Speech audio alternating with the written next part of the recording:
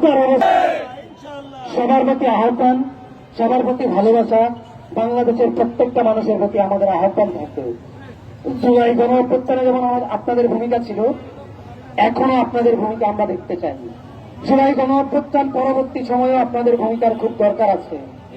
আপনার সন্তানরা চিকিৎসা পাচ্ছে না, আপনার সন্তানরা কাতরাচ্ছে, আপনার সন্তানরা চিকিৎসার অভাবে হাত হারিয়েছে, আপনার সন্তানকে যারা নেতৃত্ব দিয়েছিল তারা দেখতে যাচ্ছে না।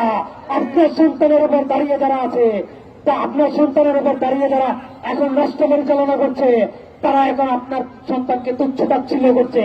আপনার উচিত তাদের দাঁত ভাঙা জবাব দেওয়া।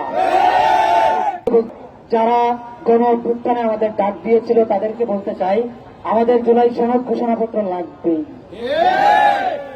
কোন তাল বাহানা চলবে না, কোন নাটক চলবে না, কাল ক্ষেপণ চলবে না, কোন ধরনের চেতনা বৃদ্ধি চলবে না,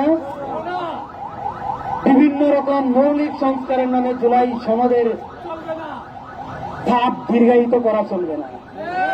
আপনাদের বলছি, আপনাদের যদি আমাদের রক্তের প্রয়োজন হয়, আমি ওপেন বলছি, মিডিয়ার সামনে বলছি, একজন ব্যক্তি সামনে এসে যদি বলে ভাই আপনার গায়ে রক্ত দরকার আমার, আমি এই জায়গায় দাঁড়িয়ে বলছি, আমি মুসলমানের সন্তান, আজকে বলছি রক্ত যতটুকু লাগবে আমি দিব, তারপরে ঘোষণাপত্র এবং সনদ আমার চাই।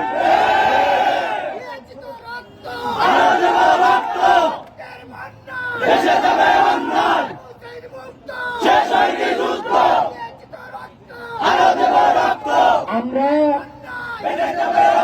কষ্ট করে বলি, আমরা যারা এই আন্দোলনের ডাক দিয়েছি 4-5 জনকে গত 3 দিনে না হলে 300 হুমকি দেওয়া হয়েছে। যেটা করা হতো আওয়ামী লীগের আমলে, পোস্ট ডিরেক্ট কর নাইলে খবর আছে।